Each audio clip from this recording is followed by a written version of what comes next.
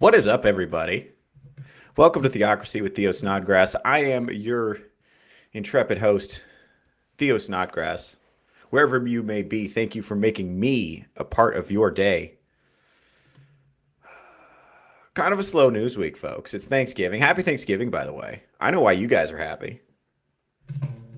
It's because it's almost Thanksgiving, right? That's why you guys are happy. Oh, I probably should have done. I didn't realize this was gonna be the show before Thanksgiving. I didn't plan that at all. I should probably do like an opening monologue about Thanksgiving. I will say this though, as I hear a lot of people talk about colonialism and they're like, "Don't you feel bad about colonialism? And isn't colonialism like a bad thing?" And I'm like, "No, my team won." Like holidays are for winners. If you want a holiday, win next time. Like what the fuck? I don't know. Well, no, liberals are very butthurt about colonialism. They're like they're like upset about it. It's like, what do you mean? What do you mean? Are you not proud of this? Look at this magnificent civilization we've created. And look at the you know, look at the schools and hospitals and all this stuff that we've done. All these landmarks, these cultural artifacts, these contributions to human history, breakdancing, all of it was created by a culture that was uh that was created by colonialism, I guess. So that's been fun. No, but happy Thanksgiving and everything. No, it's been good. I don't know. It's sunny out here in Las Vegas, Nevada. It's just gotten out of that it's gotten out of that like monsoon period, which was fucking horrible. It's just like it's horrible because the streets flood. No good. Let's see. Boop. All right. Yeah, it's been a good time. So, are you guys following? I know you guys. If you guys are fans of the show, then you remember that Akaash Singh is having a pretty tough week. For those of you that don't remember, Akaash Singh is a stand-up comedian who is who is fairly famous, more famous than me for sure. And his anyway, his wife has a social media account, and she's trying to become an Instagram influencer, and she has a podcast with her friend. Anyway, we've shown a bunch of clips of that. For more on those clips, check that out. Anyway, it just keeps getting worse. And what started out as a feud between, you know, Myron Gaines' Fresh and Fit podcast and Akash Singh's Flagrant 2 podcast, what started out as a feud between two podcasts has spilled over into just a career disaster for Akash Singh. And I feel bad for him at this point. Like it's not fun. This is not like we're gonna dunk on Akash Singh. Like I'm not. The reason this is hitting for people, by the way, is because his comedy, he does well. So it's just like I don't know his comedy well, but the stuff of him I've seen was always crowd work, and a lot of it was focused on relationships. So I think a lot of people are seeing him, oh, you were the guy who was up there with the microphone judging everybody else's relationship. Then open it up, your relationship's a disaster. And so that's what like a lot of people were focused on and were thinking about. So yeah, so that's why this is hitting the way that it is. It's fucking terrible. And what's crazy is like now people are separate and apart from anything having to do with Fresh and Fit or Myron Gaines or anybody. People are just like investigating this, and they're pulling up old clips of him where he was, talking about the relationship or whatever. And it just, guys, I don't know what to tell you, chat. It doesn't look good. It doesn't look good. So what we're going to do is we're going to go through some of the clips put together by, shout out, by the way, shout out to Mediocre Tutorials and Reviews. It's another channel. He's the guy who did all the heavy lifting and put all this clip together and put them Made a neat little package for the rest of us to react to. You know, so that's great. Go ahead. So we're going to just watch this. Go ahead. Love each other so much. We're like deeply in love. And this is that's Akaash Singh on a podcast talking about his wife. Go ahead.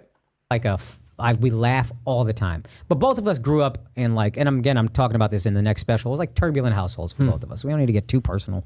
But yeah, it's turbulent. So we didn't have any tools. Our fights would get crazy. Like, I am very calm with her until I'm not, and then it's hard for me to cap the end. 0 to 100 in a second. 0 to 100. 0 to 0 for 10 days, and then... She never felt unsafe like I would hit her. Sure. But I hit myself a couple of times like a fucking maniac, and that's not going to make you feel safe either. No. So... All right, now, bear in mind, folks, this is not the kind of stuff that you have to talk about on a podcast. You could just not say any of this. Quick reminder, you could just not share these things. You should not share embarrassing personal information about your relationship on a podcast. That's allowed. You can just keep that shit to yourself. That's totally fine. You just not bring it up to people. That is an option. And if you believe in that, I'm rooting for you. Go ahead, Akaash. Let's see how it continues to go. And by the way, this is another thing too. This is one thing I want to bring up before we get too frisky here. So a lot of guys. You're thinking, some of you are thinking, oh, well, if it's true that their fights were so toxic and horrible, then why didn't they break up? And this happens to a lot of men. It's because you remember this was this one was also Akaash's first sexual partner. So a lot of guys the first woman that touches it, they're just like, this is my woman forever. Especially if she's hot, which this woman is hot for him, certainly. And so a lot of guys, the first woman who touches it, he'll be like, this is my woman. I am devoted to her. Absolutely. And then no matter what dumb, crazy, immature bullshit she does, they're into it. And by the way, all of us, if you've been around for a long time, if you're 30 plus, we've all been this guy and we've all known this guy. We've all taken a turn being this guy, and we all know a guy that has been in a relationship like this. And some of us know guys who married a woman like this, which is the situation that Akaash is in. All of this is downstream, but he gets so locked in and laser focused. He's too close to it. He can't see the problems, and he's so mentally, cognitively committed that he is all in, and he'll say whatever he has to justify staying in the relationship. Because he's locked in on it. That's his laser focus. He can't think outside of that paradigm. So for us, it's very easy to be just fucking leave. Because we don't like this woman. We just fucking leave. It's the horrible toxic fights. But this is the thing. But they have these horrible toxic fights instead of being I should break up. This relationship is not going well. What he decides to do is, he's going to talk about it, but he's going to explore these problems in therapy. Go ahead. It was a lot of therapy. As soon as we got together, I'd been thinking about therapy for a while, and I realized I love this girl. And I don't even think I knew how much until therapy. But I was yeah, I love this girl. This girl, I want to make it work. Yeah, therapy, couples therapy, especially if couples therapy with someone you're not married to, first of all, is crazy. Couples therapy with someone you're not married to is crazy work. Okay. First of all. Second of all,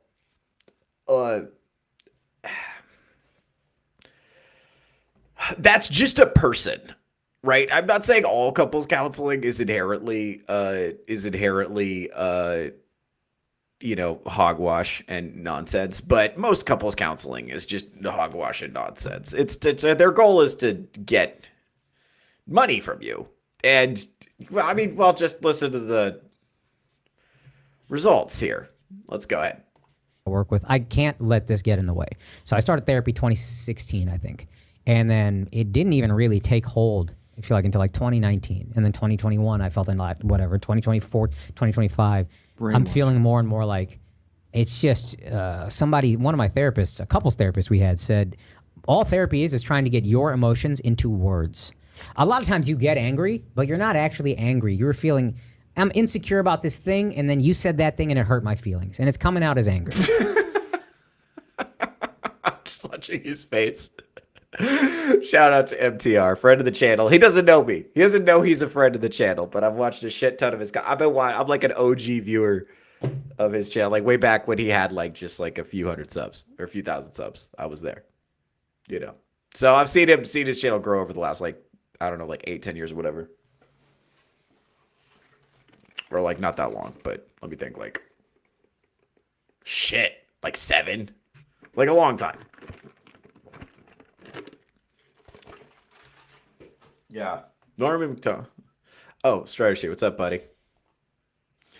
I lucked out in my therapy, but I was definitely flipping a coin.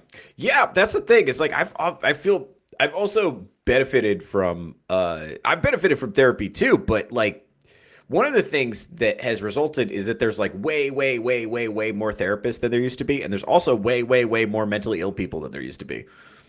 So the more we proliferate the treatment, the more we proliferate the illness. That's a really bad sign, just on balance. That suggests that the treatments don't fucking work. And by the way, I don't think it's bad to learn better relationship skills. And if you can do that in the context of therapy, that's awesome. However, the purpose of learning better relationship skills is to have better relationships. And it does not seem like Akaash is having better relationships. Go ahead, Akaash. Let's just listen to him explain himself. Let's just listen to him explain himself. By the way, Akaash, if you see this, I would love to open for you. Just so you know. Just so you know. I think we have very similar styles, and I do respect what you do. Bro, I'm just doing, it's not personal. This is just, I'm just trying to help my audience. Because we're going to go over how to keep yourself out of relationships like this and what to do if you find your buddy in one. Yeah, so we're going to go over this. We're going to go over because here's the thing. The point of this is not to dunk on Akaash. The point of this is to learn from his bad experiences so that you can then not do that in your life. Go ahead, Akaash. But if I could just say, hey, you know what, I'm insecure about this thing, and you said that and it kind of hurt my feelings, it's a whole different fight. And that's what so much of what we're trying to work on. And my girl still pops off. For me, she has not changed at all. She has not improved. But I've gotten better. I'm better at dealing with it now.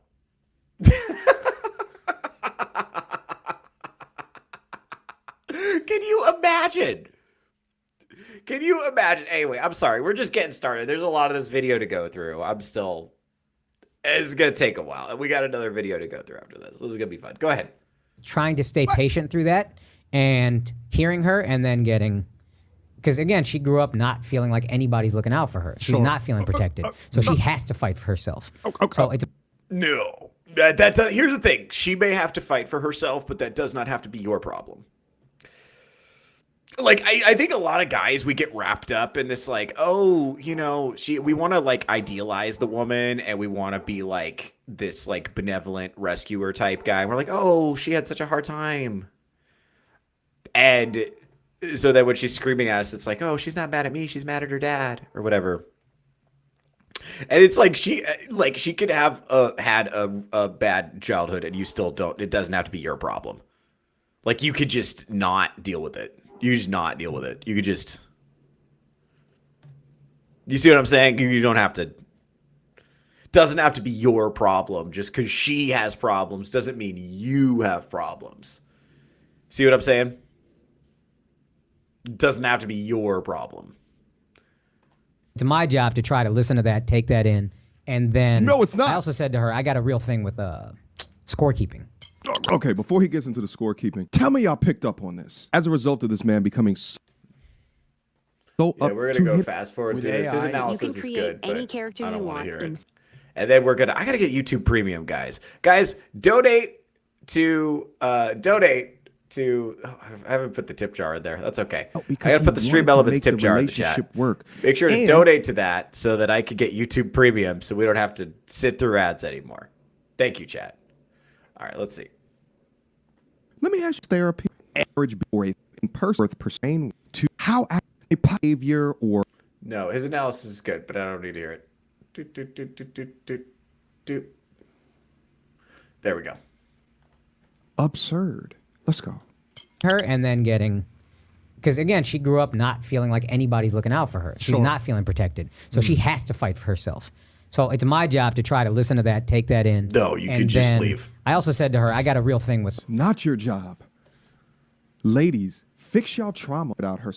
I've always felt like I get taken advantage of because I try to be nice, blah, blah, blah. And that was my big Which is, by the way, in this case, is exactly what is happening. He is getting taken advantage of because he's trying to be nice, because but he's not trying to be nice. He's trying to get this woman to like him by buying her stuff. And that strategy is backfiring horribly, and it will cost him his career. Which is funny. By the way, this interview was from a couple years ago. This is from way before all this. This is from before, his wife's shit was out in public. So this is like the reason this is like old. This is an old podcast clip that people are digging up now.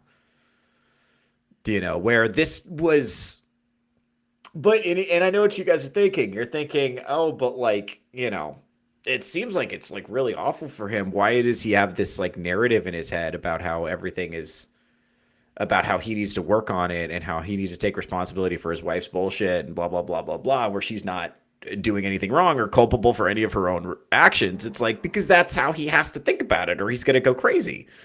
That's the mental gymnastics he's created in his mind for how he's in a good situation and how he, and how his marriage is awesome. Because he's married to her now. This is not his girlfriend. That's the other point. Hopefully, if you have a homie who's in this situation, it's just a girlfriend. He's not married. Marriage is a motherfucker to undo. Yeah, not a good situation. Not a good situation.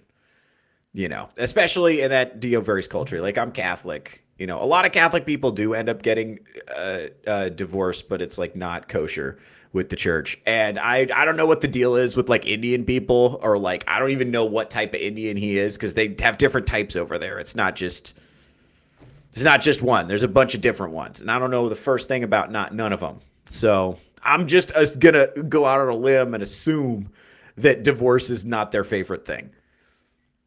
As most places, divorce is not their favorite thing. So let's see, go ahead. fear. Nice guy. So I finally let go of that. It helped a lot. I said to her, look, I'm going to do all these things. I'm going to do the therapy. I'm going to do whatever. She wasn't in therapy at that point. I said, I'm not, before. Crazy. By the way, he's going to therapy on his own. She's not going. And she's not making him go. He's going on his own. She's not going. So he's taking the affirmative step to have the better relationship. She's not doing jack and shit. So nobody in this relationship, including her, think that she's accountable for any part of it. Right? There's nothing she has to do. She's perfect. There's no work she has to do. He's like, I need to work on myself because I'm having like a normal emotional reaction to someone taking me for granted. Okay. But by the way, this is still, his part of it is exactly what he said. He is committed to, he's a nice guy who has a hot girl, and he thinks if he spoils her and is really nice to her and buys her a lot of things that she'll love him. And that's not how love works. It's not how women work. And this is going back to Myron Gaines' original point, is that like guys who get married under these circumstances a lot of times do not understand how women work. And so they get frustrated in relationships. This is like, he's acted like a guy. This is like how you are, a lot of us like guys who started out as nice guys. This is how we treated our first girlfriend. And she treated us horribly. And we're like, why? Why did that happen? And then we figured out how women work, right? Well, Akaash never went through that second part. He just kept running with like the, nice guy bullshit. A lot of us grew out of that when we were like 15, when we tried it out in the field and it didn't work. And so we're like, okay, well, I'll try something else next time. A lot of guys don't grow out of that. He's very much one of these guys that did not grow out of that. So that's what's happening here. So that's his part of it. He needs to not be so nice and have some actual boundaries and have some actual backbone. That's the kind of thing that women would actually respect and like. And paradoxically, you will get treated the way you want to be treated if you. The real thing is like, it's like at the end of the day, I'll skip to the punchline because I want to repeat this throughout. The main moral of this story is if you look at this and you're like, because a lot of guys react very strongly to that, and they're like, oh, this is terrible. I would never let a woman treat me. I'd rather die. I'd rather die. Blah, blah, blah, blah. You get freaked out, right? You get very emotionally triggered. You don't have to do any of that. You don't even have to cut up about it. If you do not want to be in a relationship like this, you must simply say the word no. That's it. If you say no to a woman like this, women who are committed to being shallow and immature and narcissistic will leave you. And women who are emotionally mature and developed will appreciate it because you're being authentic. You must only say no. That's it. Just say the word no. That's it. That's it. That's it. That's all you have to do is just say, and you don't even have to say no all the time. You just have to say no sometimes. It's like, no, not doing that. It could be fun about it. No, that's retarded. No, not doing that. Sounds like fun. You enjoy it. I'm not doing it. Or it's like, no, I'm not gonna do that. No, that's unreasonable. I'm not doing that. No, not doing that. That's it. That's all you have to do. And then people who are mature will be like, okay.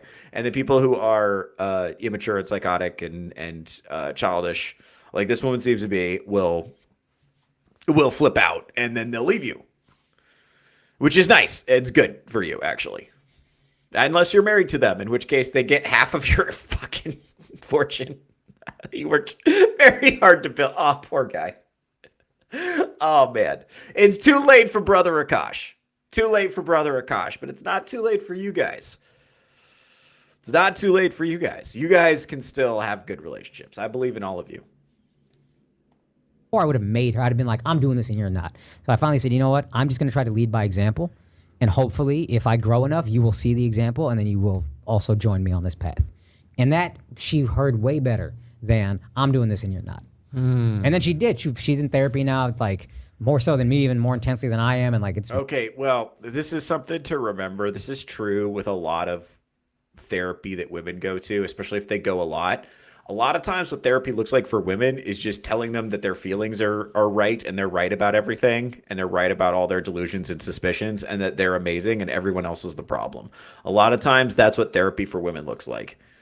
And I'm sorry to say that. It's not universally true. I'm not impugning the honor of everyone in the therapeutic profession. However, let's be real. The worst woman you know probably has a therapy appointment later this week where the therapist is going to tell her she's amazing and stunning and brave and right about everything.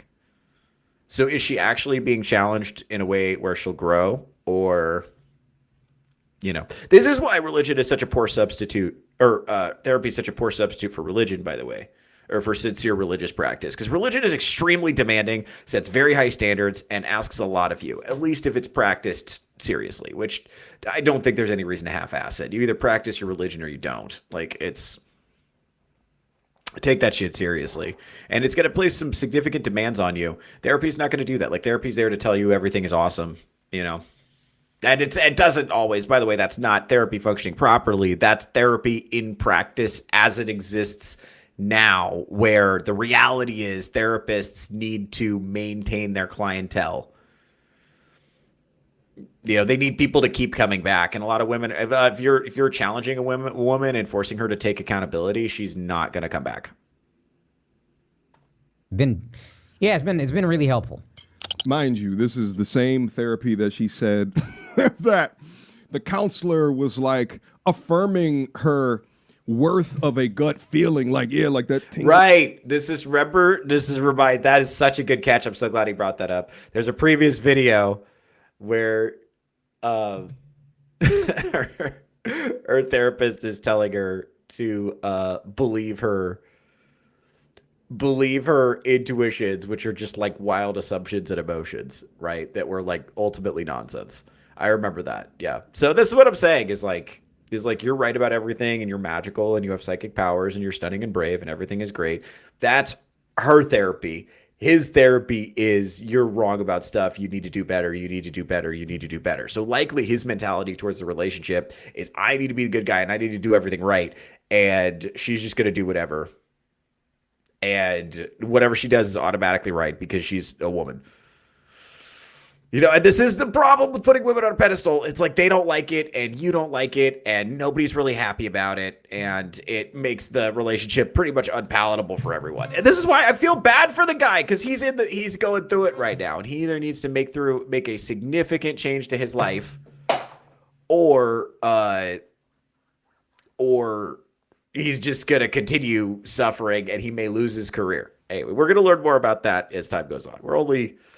It's a 2-hour broadcast, so we got a lot to get through. Go ahead. Feeling in your stomach is actually a valuable use of prioritize shit that Jesus was landing up. She likes herself. She's incredibly, like openly. My wife is the most self-aware. It's like amazing. She The lie detector determined that was a lie. Go ahead.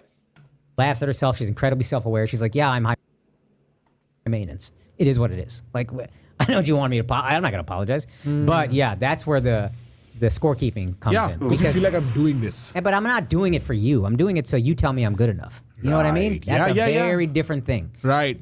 It's not a true good deed. So it's fine. That's okay. We all have that, whatever. No, we don't. My wife likes being pleased because it makes her feel validated. But don't pretend the score is so uneven that I'm doing this for you. I'm doing this for me. And you're not making me feel validated even though I'm doing this. Yeah. It's not you don't do shit. I just need the validation. Wait a minute. My man in the seat was like, wait, hold on. That's tough. That's tough to hear. But then, I mean, what Akaash is outlining is like a typical nice guy mentality. Good for him for calling it out. Where are we seeing the evidence that he has made significant changes to himself, though? Where are we seeing that evidence? Because all the clips we've seen so far are him just continuing to nice guy it up and continuing to get the nice guy treatment. You know, let's see. Let's check in on the chat. Go ahead. This is Strider. Men have this innate ability to absorb everything their women do to them, and women know it. One is built on goodness, the other on selfishness. Yeah, it's like yeah,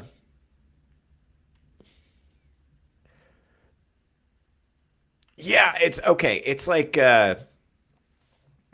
for some reason I've seen some women be self-aware about this. They're like, if my husband said the things to me that I say to him, I would like fold in on myself and like self-immolate. It would be horrible.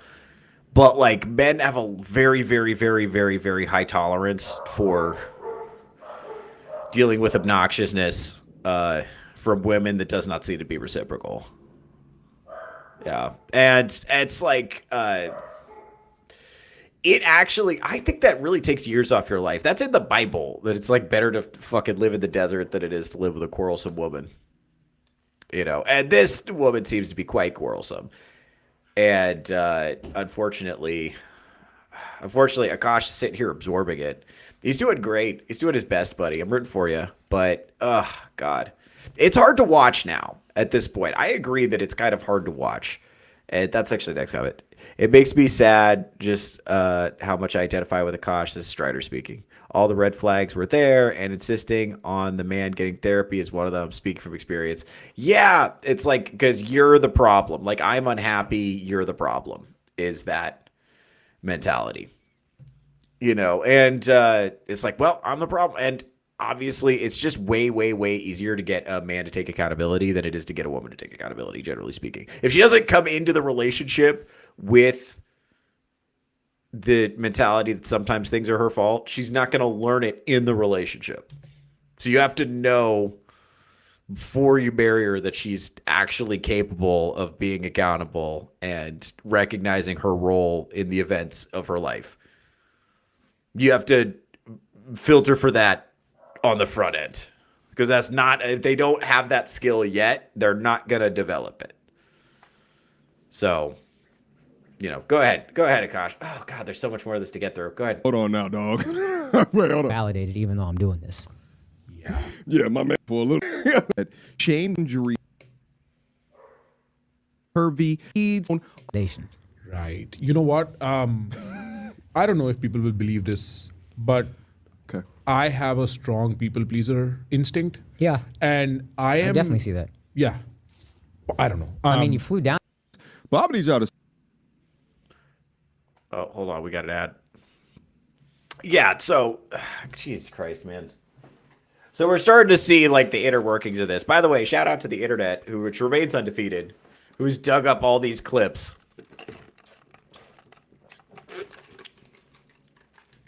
Yeah, you could kind of like see the seeds of it, and it's basically exactly what we thought, right? You have a guy who's just way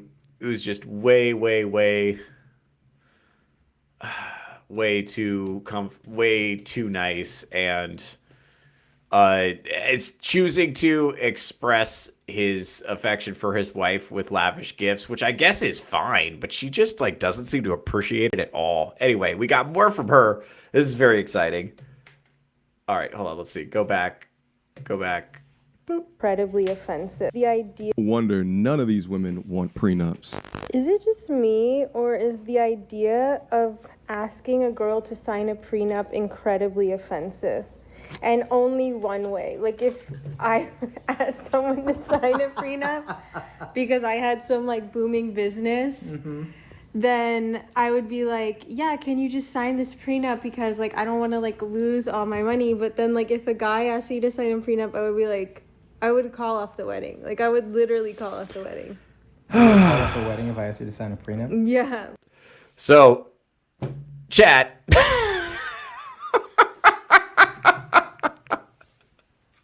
So if a woman has money, she has a man to sign a prenup. Totally reasonable. If a man asks a woman to sign a prenup, she's offended and she's gonna call off the wedding. Just to be clear, that's her logic. And I know she's kind of being silly and she's kind of doing a joke for TikTok, but she's also not being fun. Like it's a joke, but it's funny because it's true is also a thing, and this is deeply true what she's saying. This is how she actually feels. So she like does not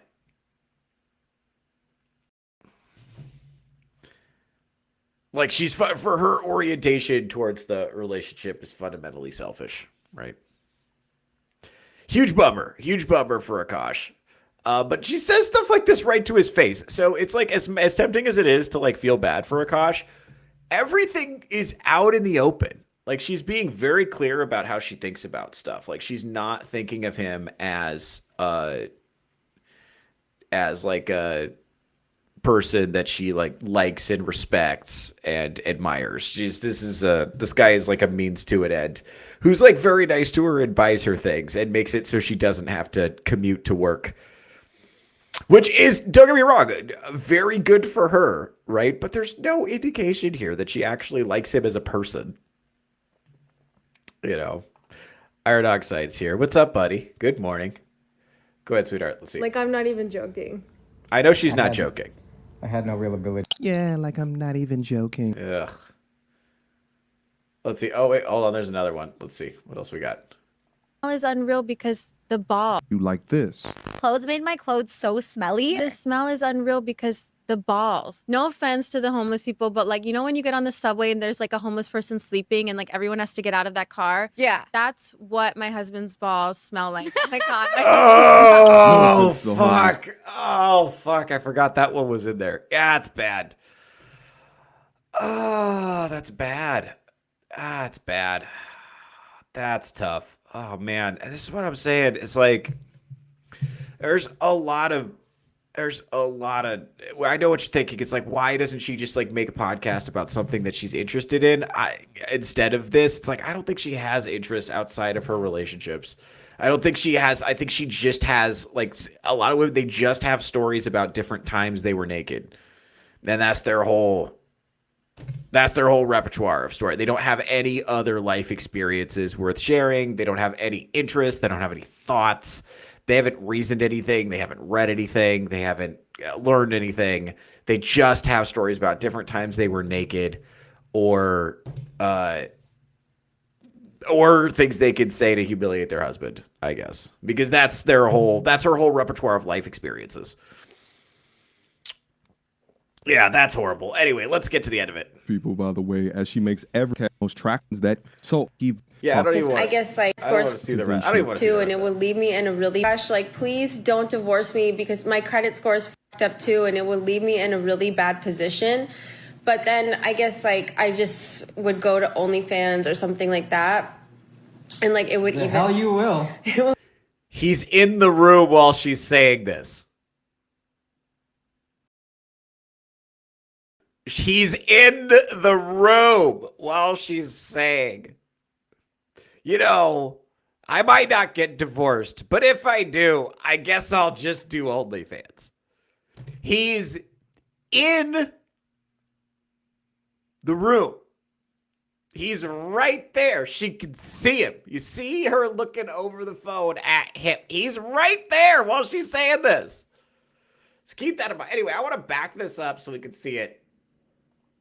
Gosh, like, please don't divorce me because my Oh, credit. she's talking to him. She's saying, Akaash, please don't divorce me. Okay, so we already knew that. But still, like, keep in mind that the same... Credit score is fucked up too, and it would leave me in a really bad position.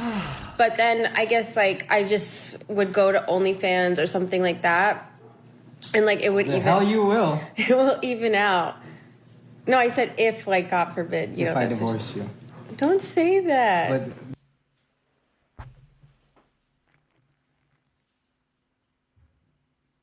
So she brought it up. Remember, she brought it up, and now she's mad. She brought it up, and now she's mad. But she brought it up. Runaway Vagabond is here. What's up, buddy? Hey, Vagabond. Hill, is this the same Indian dude? Yes. Yes, Vagabond. It's the same Indian dude. Happy birthday, by the way. Birthday shout out to Runaway Vagabond. Happy birthday. He is an ageless, immortal being who is one with the woods. So who knows how old he is? Nobody. you said it. Why are you even joking about I'm that? not joking. You're joking about getting on OnlyFans. If I said if. Well, I wouldn't do it anyway. Those are my feet. Well, don't even joke. Don't about joke about my feet. Everyone says to me, oh, Jocelyn, you're Just so horrible. spoiled, you're such a brat, blah, blah, blah, blah, blah. But guess what?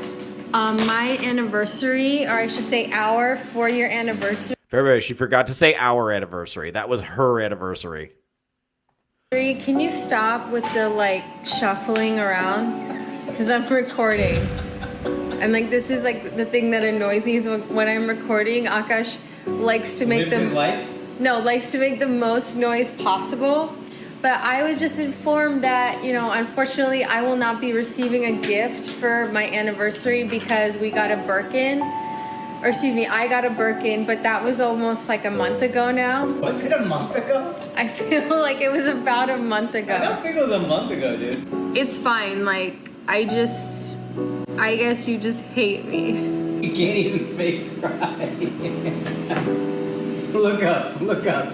The tears are there. They're on the inside. I can't help the timing of the gift. Babe, Yeah, baby. so you really just hate me. I hate you. I love you more than everything. Make it up to you on your birthday. Oh, God. And she pulls away from the kiss. Oh, God. Oh, God. That's tough. Oh, it's tough to watch. Look at it. Hold on. We missed something. Oh, shit. Okay, hold on. We're just going to go ahead and wait for this ad to be over. Guys, go ahead. I got to get the Stream Elements tip jar in the chat next show. So I've not been putting the Stream Elements tip jar in the chat. We got to put that in there so that so you guys can donate so I can afford YouTube Premium so we don't have to deal with these ad breaks anymore. Go ahead. Oh, God, the noise. It's the noise. The noise of disgust as he tries to kiss her. Oh, God. Oh. As she was just bitching at him for not spending enough money on presents for her. Just contempt. No respect. I feel... Look, it's just... This is not like me dunking on Akaash. This is like... This is what can happen, guys. This is what can happen if you do not filter properly. And I'm telling you, the way that you filter women like this out is you just say no to them. Just say no to them. But here's the thing. The reason he's already said no and the reason she's continuing to whine at him is because she knows that no's can be overridden with sufficient whining. She knows that he will break down anyway. By the way, I wonder, this is just like me idly speculating. I wonder what the state of Akash's finances are actually because of all of the luxury gifts and trips and vacations and homes and all this crazy bullshit that he's buying to keep this woman happy. By the way, they have 0 children together. She doesn't have children because remember in a previous video she said she wants to use a surrogate. They have 0 children together. And she's like 32 or 33 and he's 41. No children. 0 children together. So, yeah. Oh, man. There we go. All right, go ahead. Okay, by now you guys may have seen the day in the life video I did, and some of the comments were like, oh, your husband gives you this lifestyle, but you only cook once a week, obviously like made by men. And it's like, yeah, where in my marriage contract did I sign in blood, if I become a stay-at-home wife, I will cook and clean every single day? No. If you're looking for trad wife content, you will find none here. Go look at Ballerina Farm and Nara Smith, and no hate to the girls that love to do that. I think there's something beautiful about that. But listen, if I don't even have enough discipline to work a 9-to-5 job, what makes you think I have enough discipline to get all the groceries, get all the ingredients, prep all the ingredients, cook the food that doesn't taste as good as when it comes fresh on Uber Eats? It's so interesting. So what are you for? All due respect, like, what is she for? What does she do besides spend money, make noise? She's just an eater. That's it. She just costs money. She's a luxury good. She's like a boat.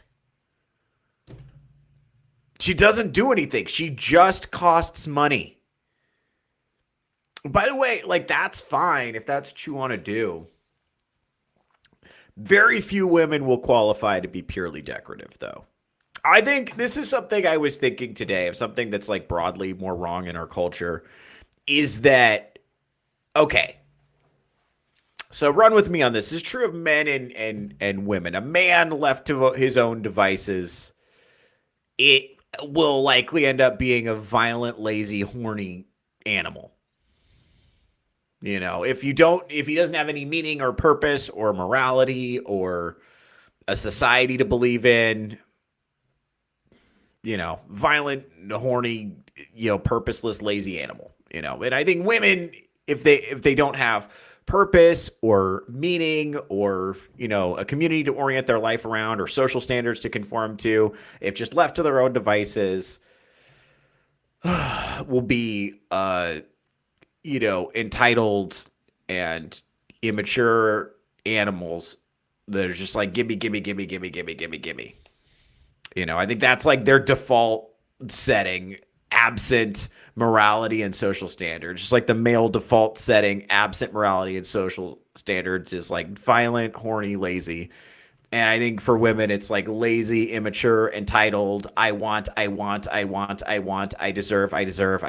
Gimme, gimme, gimme, gimme, gimme. Right? That's their absent social standards, absent morality, absent, religion or society to buy into or a family to. That's why we form the communities, is because you can't be that much of an asshole and still be a member of the community. You have to contribute in some meaningful way, right? So that's the point. Now, when I see that, I see somebody who, is like, I see her as like one of these people who's kind of like selfish and entitled and I want. Like, she's stuck in that headspace. Like, she hasn't matured past that. It's like, would you, like, she's stuck. This is a problem, is a lot of people are stuck in that headspace. A lot of people are not maturing to the point to see themselves as a larger member of the community. See, they have some onus to try to contribute in some way or to try to, personally grow. Like, she does not see that. She's just like, I want, I deserve, give me, gimme, gimme, gimme, gimme. I'm purely decorative. I think a lot of women now want to be purely decorative because social media has told them that's aspirational. Just somebody, I get everything and I contribute nothing. 99% of people throughout history, that has not been their experience at all. Almost always women have had to contribute something in order to be members of the community or in the context of their relationships or to their marriage. They got to bring something. They got to do something because life is a team sport. It's not just like a guy out there slaying alone and like a decorative, woman with high maintenance costs. Because she's like talking about like I'm a Ferrari, where it's like can't drive it in the snow, costs a fortune to insure it, costs a fortune to repair it, costs a fortune to fill it up because you got to use premium gas. You can't hit anywhere, you can't go over a speed bump because then it fucks it up. You can't take it, can't drive it in the snow, can't tow anything with it. There's 2 seats, so you can't fit anything in it. So it doesn't do anything. It just looks good and costs money. That's what a Ferrari is. Whereas, like, you're a lot better off getting, like, a Toyota Tacoma woman. That's what you want.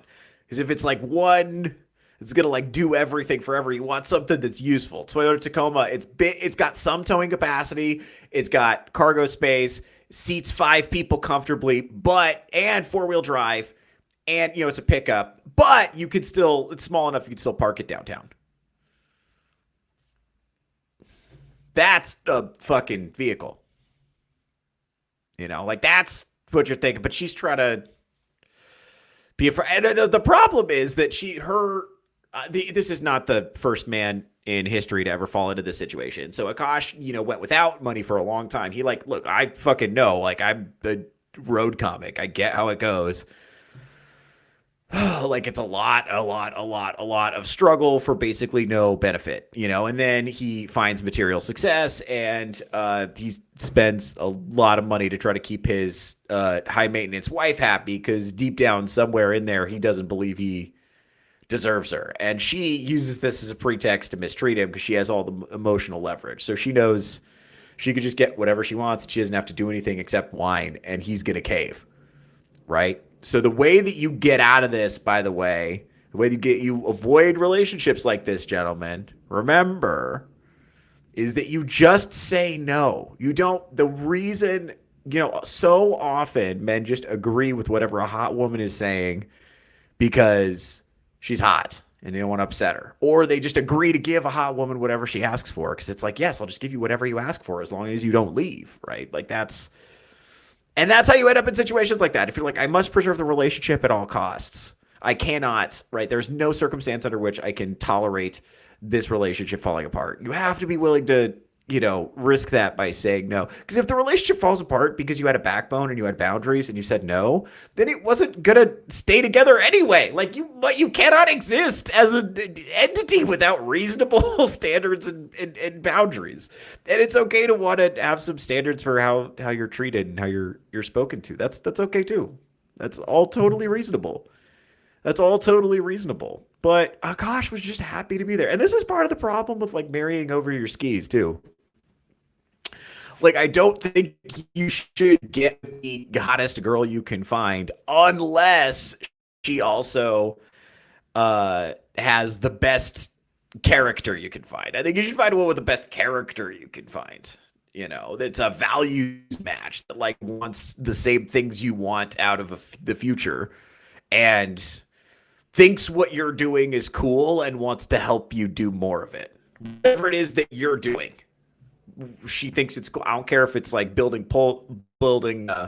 birdhouses or playing Magic the Gathering tournaments or whatever the fuck it is that you do that is the central mission and calling of your life. She thinks that's cool and she wants to help you out. Like, I think that's what you should look for. And then somebody who like matches the values and wants the same things out of the future. And that's what you want. And that is, look, here's the thing. I'm just judging from the outside looking in. I don't think that's how Akaash picked this woman. I think he was like, oh my God, this woman is hot. I'm going to move forward on that basis. And also remember, Akaash was a virgin in his like 30s, which tough situation. Tough situation, right? So I think she kind of bamboozled him a little bit because this is the only woman he's ever been with. So he's like, I have a hot woman now. I don't think I could ever get a hot woman again. This woman is so hot, and I just want her to stay because she's so hot. Like, I think that's where his head's at. I don't think he's thinking this shit through. Anyway, let's see. Is there more of this video that I want to show? Yes, there is. Oh, fuck, there's more. Yeah.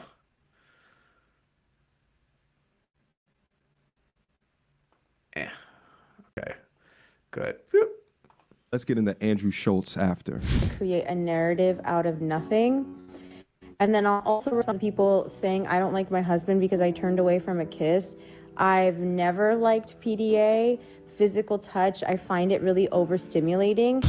And so it's something I actually work through with my husband because that's his love language. And I feel like for him, he tries to do physical touch to regulate his emotions, and I find it really dysregulating. So it's something we kind of work through in high stress situations because I get overstimulated when a lot of things are happening, and like my mother-in-law or my mom is there, and Akaash will kind of kiss me when there's a lot of people around, and sometimes I'm overstimulated. So I'm just like, oh, so yeah, if you want to know like my whole fucking psychosis or whatever, then I can give it to you. But it's just annoying that you guys create a fucking narrative out of something that's sweet for no reason whatsoever. Because you're miserable in your own lives is my only.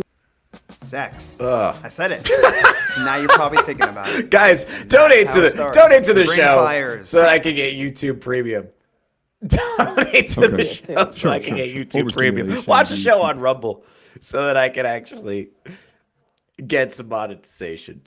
Because I need to, Lord Jesus, we need to do this. This is why I don't fucking react to YouTube videos. This is why I don't do it. Oh, man. Do you hear the fucking cope for, like, why? She's like, this is why I can't. Why it seems to physically disgust me, the prospect of actually physically touching my husband. It's because of. She's like a reverse Pedro Pascal. It just gives her anxiety to be touched. All right. Let's see. Let's check in with the chat. Real solution is divorce this chick and Akaash uses bad. Wait, hold on. Actually, I got a bunch of chats I haven't seen. Okay. If you want to save the relationship, he shouldn't pull out and force her to be a mother. Yeah, good call. Well, that's the thing. It's like, give her some responsibility. I see what you're saying. Like, maybe if she became a mother, she might actually snap out of some of this selfishness. That might be true. Although, you know, like you're saying down here, real solution is divorce this chick and Akaash should use his passport. You know what's crazy about that is for like me to talk about like passport, whatever, that it might be kind of cringe.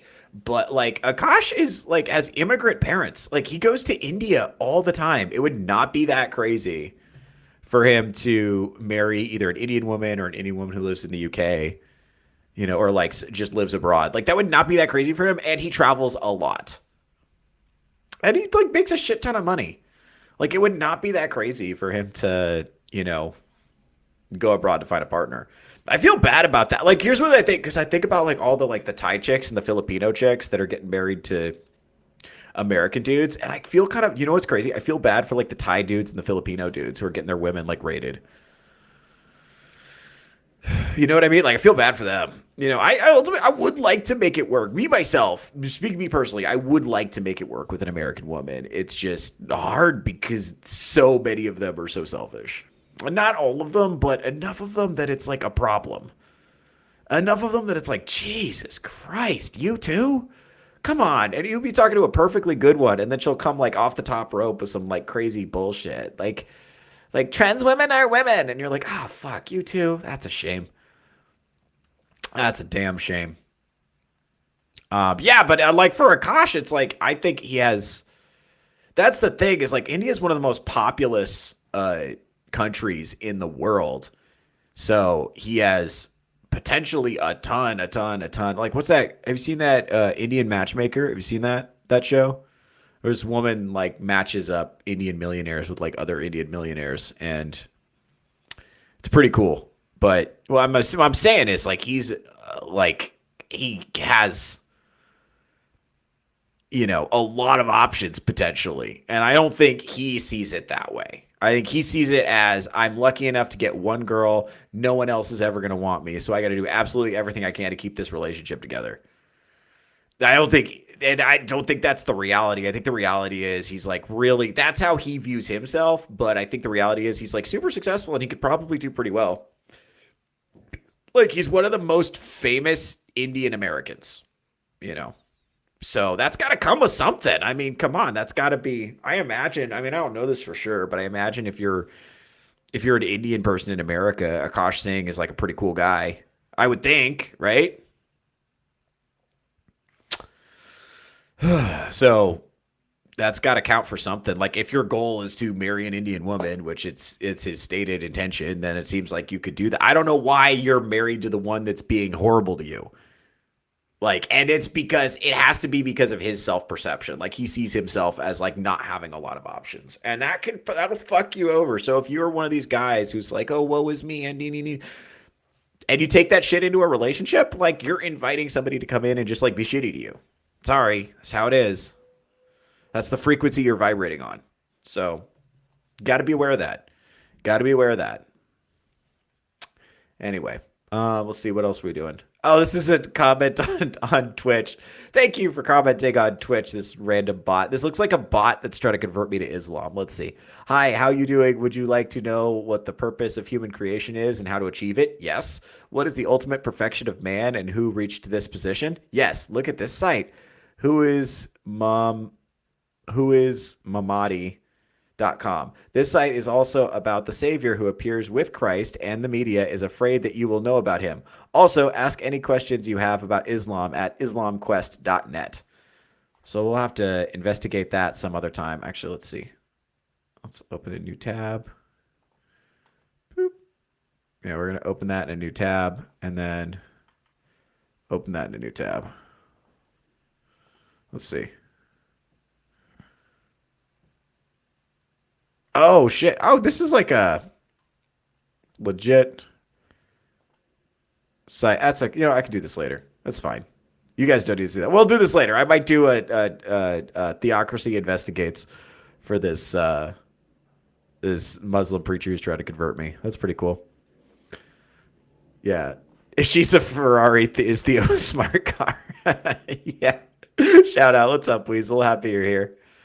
BS, I bet if he was Leonardo DiCaprio or Michael B. Jordan, she'd be kissing all over him. Yeah, and that's kind of the point. Like, if she was, I know she's trying to make this case like I have anxiety and that's why I don't like PDA. It's like the reality is if she were attracted to him, then that wouldn't be an issue. And she doesn't, for whatever reason, find him attractive. And remember, he has a lot of things that women say that they want. Remember that, because he's very funny. Like, I've seen his stand-up. He's very funny, and he's funny in a way that comes right off the top of the head. Like, he does, his crowd work is very good. And I know crowd work is considered to be like a hack now. And everybody's like, it's very in vogue for comedians to shit on crowd work because a lot of crowd work is bad. And a lot of crowd work is used as a substitute for writing jokes. And there's all this criticism, right? But at the end of the day, it's, most of the comedians who are mad about crowd work are mad because they can't do crowd work. Not all of them. Some of them are mad because it's so easy and they think it's stupid. And I agree, but it's hard to do well. It's very easy to do bad crowd work. It's hard to do good crowd work. And I would say Akaash Singh does good crowd work specifically when he's performing for Indian audiences. Because he has all these like insights into Indian culture that he will like just know a bunch of things about people just based on looking at them and what their last name is. And it ends up being very funny. So he's very good, which means I imagine he's like a fun dude to hang out with. I imagine he's like, so he is funny. He is, wealthy, but at the end of the day, he's not like Chad, or at least he doesn't carry himself like Chad. Here's the thing. If he carried himself with a little more authority and a little more confidence, and he just said no to her periodically, she would probably treat him very differently. So I don't want to say that this is all about looks. It's like looks plus aura, right? And aura does a lot of the heavy lifting. Looks help with aura, but you can have incredible looks. Or you could be like Akaash. You could have money, status, humor, charisma. You can have all these things, but you don't have aura because you don't carry yourself with confidence and authority. And a lot of this is like X Factor stuff. This is like hard to articulate, but like aura and vibes count for a lot. And you can have looks and not have an aura, but looks definitely help with aura. But like aura's kind of an intangible, and he doesn't have that. And guys like DiCaprio or Michael B. Jordan, partially because like they've got looks, they've got social proof, they've got money, they've got status, And DiCaprio isn't even that much of a looker anymore. Like he was when he was younger. Not anymore, but he's got so much aura and status that like, and he's so well known at this point. It's like, who gives a fuck, So, yeah, it's like if he had that, but it's not just money. It's not just charisma. It's like money plus charisma plus looks plus confidence plus how you carry yourself plus, you know, having boundaries and having a backbone. It's like all these like intangible factors that all kind of like get mixed up into this like kind of nebulous soup that we just like vaguely refer to as aura. And it's just like very obvious who has it and who doesn't. There's a guy who doesn't, and women respond to it. And men respond to it too, by the way. Men respond to it too, but not in the same way. Well, I guess if they're gay, they respond to it in the same way. But yeah, women don't. For some reason, she could just like tell that he doesn't have aura, and she has all the emotional leverage. And this is just kind of how a lot of women will act if they have all the emotional leverage. They will kind of treat you with like resentment and contempt, and they'll like subtly take you down, and they'll just kind of, because they don't really respect you all that much. This is why you don't pick the hottest girl you can find. You pick one that thinks what you're doing is cool and wants to help and has good values and treats you good. Now, he swears up and down that they hang out together and they have fun. He swears. Yeah. It's fair game, Theo, when it comes to the passport. Yeah, yeah, I'm starting to think that you're right. I'm honestly like starting to see things Vagabond's way more and more these days, because I know he's right in a sense. Like the problem is, I think if you bring women here, they're going to absorb the culture of here, and they're going to become more like, they're going to become more like American women. So it's like, if you go live there, maybe it's fine. Like, I've thought about going to Mexico because lower cost of living, and you can still, if you're in like TJ, you can still you can live in Tijuana, and work in San Diego, and you're fine. I thought about that. And then you could like marry like a Mexican woman and like learn a little Spanish, and you can get by. And there's a lot of a lot of people do that actually, because it's just so much cheaper, and it is not that far. You don't even need a passport for that. I think you just need an enhanced license. So I've thought about that. And then, anyway, does Islam Quest come with a free goat and a 9-year-old? That's spicy. I love my audience. I have the best audience on the internet by far. Yeah, a guy like Akaash, he's going to need a passport. I agree with you. I think, yeah, and that's the thing. Like with him, it's like you are not really limited to, with a guy like that, you have potentially access to, I don't know everything about Indian women. I've messed around with a few Indian women. I found them crazy, but that could be a selection problem, because pretty much every ethnicity of women I've messed around with has been crazy. So I think that's probably just like I was messing with crazy women more so than women of blank ethnicity are crazy. I think I was just like messing with crazy women. And she, but theoretically he has, access to like, I guess probably at the time he got married, he maybe didn't have a lot of options, but he definitely does now. And it is hard to see him going out like this, man. Just as a guy, I respect him as like a comic. No, I think his stand-up is good. That's part of it. As part of why I'm doing these is because like I think his stand-up is good, and I think his podcasts are good. So it's like, it's hard seeing him go out like this. Anyway, let's see what else we got. Parents being there seems reasonable. Him and her. Imagine how of a address where has Akaash been? Changed, son. It was raining. Okay, so now it's sunny. This is the Flagrant Podcast. Akaash is gone right now. He's MIA. He is, I think, in Dubai or something like that. He's on a planned overseas trip that was going to happen at this time, and it's just super bad. Now, that's the official story. Now, it may be that he just took off because there was too much heat. I don't know. And then later we're going to find out he was at a show in San Francisco. So this is the show in San Francisco we're going to want to talk about. That's the next video. Go ahead. Akaash is in India or Dubai. A planned trip. A planned trip that was planned before this madness. Okay? He's there. And obviously we want to talk about what's going on, but we don't feel right talking about without him here. Mm-hmm. So once he's back, We're going to have that conversation. I'm sure that will be spirited. How hard must it be? Look at these guys trying to hold back. Like all of them, especially Andrew, because Akaash is his boy. They've been friends for years, and he's had run-ins with this girl before where she's like, I don't like him. Like those kind of conversations. He's probably known about this for a while. He's wanted to say something for a while. Probably has said something at some point. Look at how much he's trying to hold back. And this is tough. It's very tough being the friend of a guy who's in this situation because you cannot, if you criticize his girl too openly, he's going to push back and he's going to get defensive. It's hard. It's hard. You kind of got to let, especially if the man chooses to marry that girl. After you, I was in a situation like this, you know. I was in my very early, I was like 2021. I had a guy I knew. He got married to a girl right out of college. She had kind of a history. We talked about it with him. 4 years later, they were divorced. It happens, man. It happens. Now, he's doing a lot better now. He's recovered from that. He's in a whole different situation. She's in a whole different situation. Hopefully, they're both better off. But, yeah. Yeah, dude. It's like a lot of times the people outside can see better than the people inside the situation. They're too close to it. They don't see it. And you can see it, but it's like trying to get them to see it is a whole nother thing. It's tough, man. You kind of just got to sit back and play your position and just like kind of like wait for him to come to his own conclusions. You got to wait for him to get tired of getting mistreated. He just like, honestly, it's possible that Akaash has just not been hurt enough yet. He's just got to get hurt enough to where it's like, okay, that's the last time I'm going to put up with this. And sometimes if he's not been hurt enough yet, you just got to wait.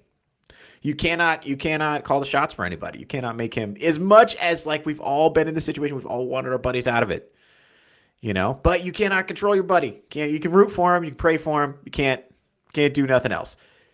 You can only control you, and you can stay out of this simply by, remember kids, say the word no a lot.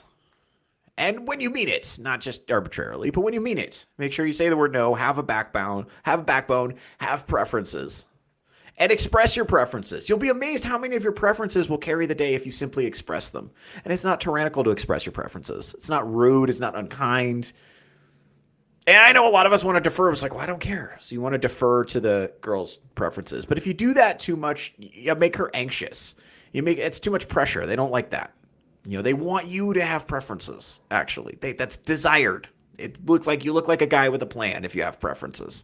You look like a guy who knows what's going on if you have preferences. So expressing your preferences is actually a positive. You look like a complete figure with a backbone. You look like a human fucking being. You look like a man worthy of respect.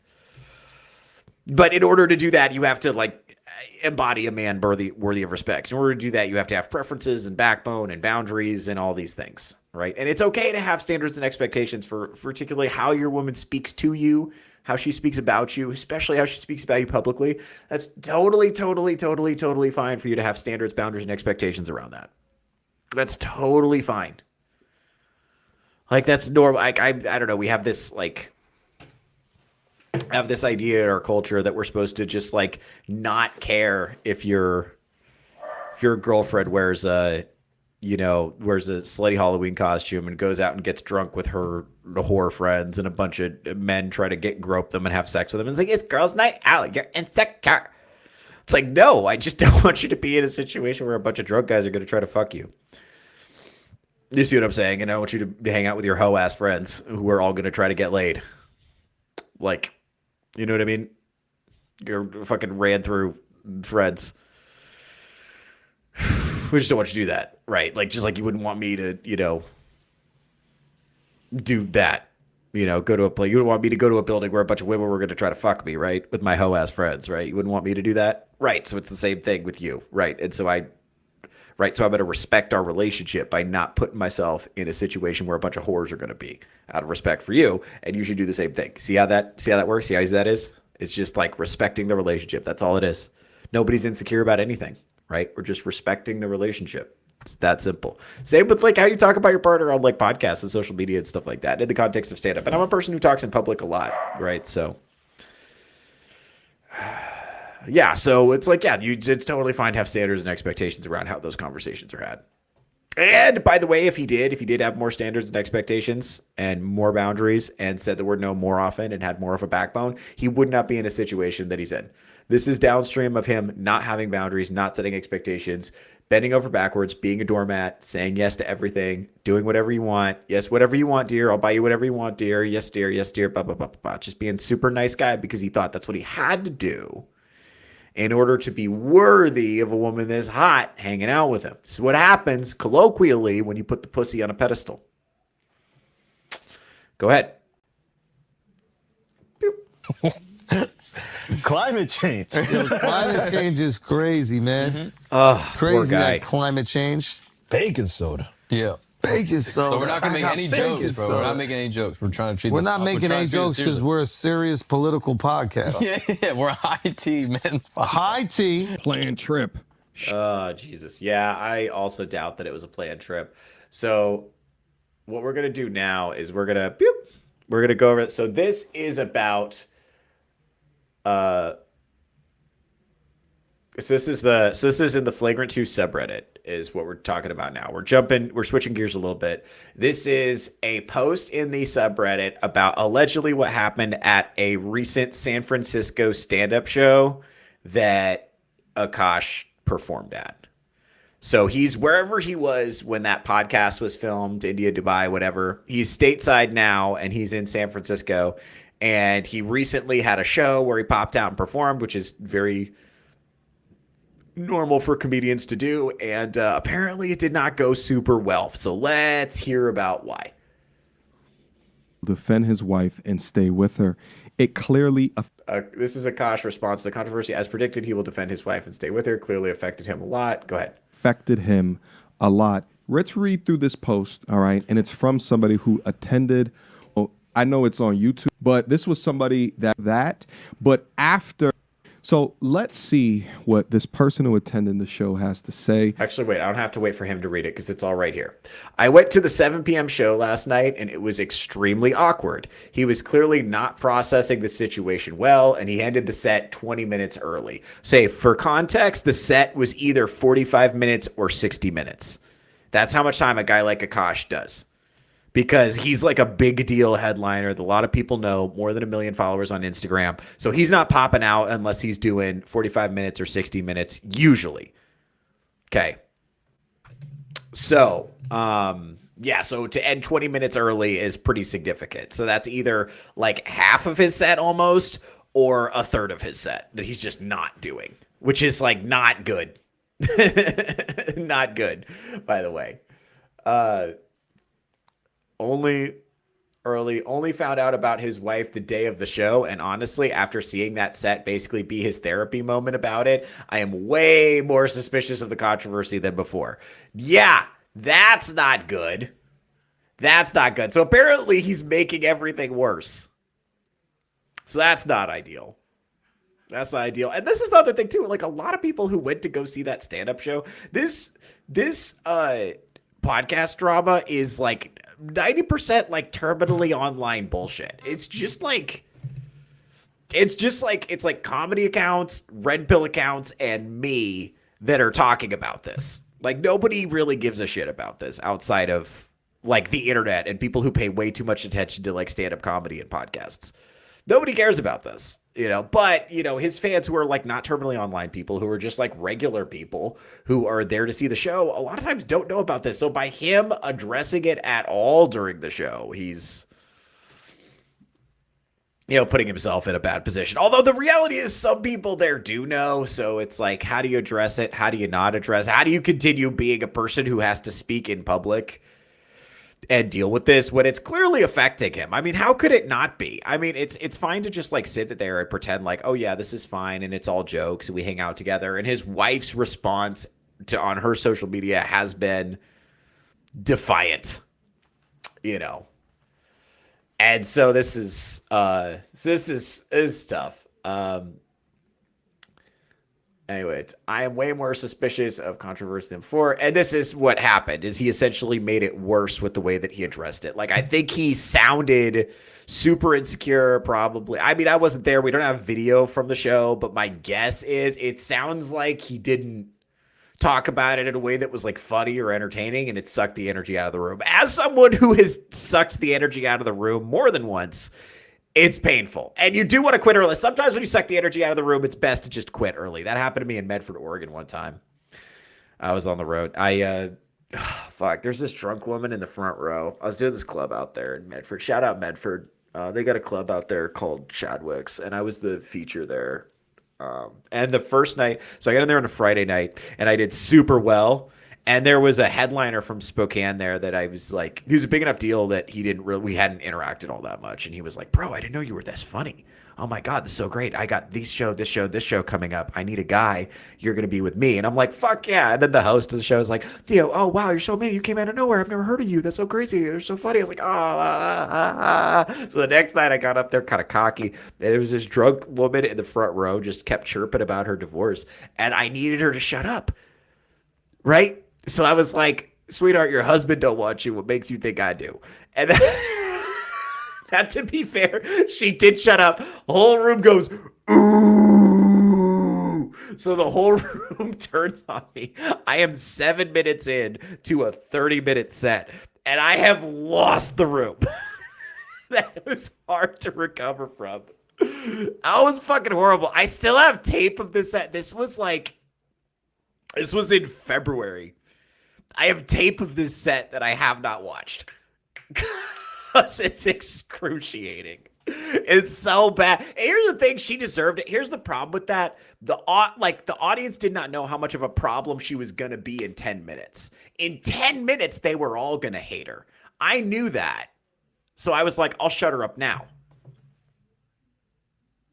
But the audience didn't know yet how annoying they were going to find her in the future.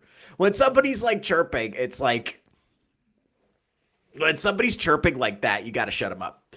That's my experience. But that was what I learned, is you kind of got to let the audience get annoyed with them. You know, just because I have like autistic pattern recognition and I'm like, oh, this is a heckler. I'm going to deal with this now. Because remember when I started comedy, I was very young. I was like 18, 19, 20, 21 years old, you know, going into, you know, places where it's like grown-ups in the audience, and I look like a literal child. Like I've always looked younger than I am.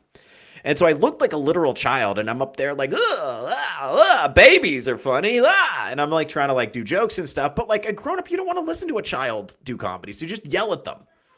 You just yell things at them. And so it was very normal for me to get heckled repeatedly, just like all the time. It was like an expectation. I was just used to people yelling shit at me. So now I am immune to it. But I know how disruptive it can be and how it can just like derail your set and get you like way off topic, you know, and I wanted to, you know, stay on because I was like I felt very fortunate to be there. I was happy to be there. I wanted to do a good job. And so it's like, you know, but I'd already handled so many hecklers at that point that I was like, fuck yeah, let's do it. I'm on, let's do it. But I dropped the hammer a little too harshly. Now, to be fair, the waitresses talked to me after the show and they were like, that was hilarious. We loved that. So it was funny. It was just mean. Anyway, let's see what else we got. Let's try to stay on topic. Moral of the story is I'm guessing he tried to address this during his set of comedy, and it did not go well. And energy's a fickle bitch. And once you take the energy out of a room, it's very hard to get it back. Once the audience stops respecting you and starts feeling bad for you or start being like, oh, this is awkward, it's very hard to get them back on your team after that. It's very hard. It's possible. It's not impossible. It's very hard. It's very hard. Let's see. This is clearly something he's insecure about. Yeah, I don't think there's any getting away from the fact that he seems insecure about it, even though he tried way too hard to make it seem like he wasn't. That's kind of the issue, is him being so insistent that it's like, no, I'm not insecure about this. That's what's causing people to think that he might be insecure about it. And that's what's causing people to be like, well, no, obviously that's not true. And also just like basic logic. Like if you're like, I'm like, chat, I don't know how many of you guys are in a relationship. I know some of you are married. If your wife was out here talking mess like this in public, that would not be your favorite thing, right? How could that not be excruciating? Like, I know I'm like notoriously single, but like, How could that not be excruciating? I can't imagine a scenario where a man is like okay with this, especially because of how many people are out there like mocking him for it. I think the chatter from regardless of what she's saying, how he feels about that, how it's being received is excruciating. A lot of people are like, oh, this poor bastard. Let's see. Let's check it. Theo doesn't identify as a comedy account. That tracks. I fucking love Weasel. I mean, come on. That's funny. Thank you, Strider. I appreciate it. It was funny. It's like, Jason's here. What's up, buddy? Can confirm. Theo's funny. Thanks, buddy. I appreciate you. Friend of the channel. Jason's here. Let's see. Where we go? Let's see. He spent the first 10 to 15 minutes of the set talking about the controversy. So this is the first thing out of his mouth, basically, is like, I'm going to spend the first 10 to 15 minutes of his, I'm assuming 60-minute set, maybe 45 minutes. But anyway, so that's a significant amount of time. That's a long enough amount of time that you're just like, oh, fuck, is this going to end? 10 to 15 minutes of set talking about the controversy, how his wife has been loyal to him and everything she has been saying is just jokes and is fine with him. No one in the crowd knew how to take this information. Now, it may be somebody in the crowd. We don't know. I mean, we don't know what everyone in the crowd was thinking, but I think what he's trying to communicate here is how he was feeling and probably, or maybe it was a lady. But yeah, basically just the vibes was off in the room. You can just kind of feel when the vibes are off in a room. And when people are kind of like, what? Like, you can kind of tell when a crowd is like, what's going on? You can kind of tell. So we'll just assume it was just like we'll assume that this guy's talking about the vibe correctly. And I truly believe the majority of fans there had no idea any of this was going on. That's the other thing, too, is this is like terminally online, like podcast, like comedy obsessed stuff that we're talking about here. This is like normal people don't know this is happening. This is the reason I put Akaash Singh's name in the title is because I'm trying to attract a certain viewer base that is interested in this topic. But like normies, broadly speaking, are not. I think the better move for him would have been just to do his regular set of comedy and not address it. Although, that being said, I don't know how much of his comedy is about his wife. So if he's doing a lot of comedy about his wife, he's going to have to address it. Although, from my perspective, just as a performer for a second, like if you have a bunch of comedy about your wife and then you have a bunch of embarrassing shit about your wife, then you can kind of address it as you talk about it. My wife, you guys know my wife. You've seen her social media. Make some noise if you've heard her social media. Okay, so you know she's a bitch. Okay, and then you just keep going. And now you have so much more, like, justification. You have so much more capital, emotional capital with the audience. Because anytime you're going to take a dig at your wife, that's bad because you're risking alienating all the women in the room if it feels too harsh or if it feels like it's not coming from a place of love or feels mean or critical or whatever. But now, if the audience is made up of people who've seen all these videos, he has so much more emotional capital to take digs back at her, you know.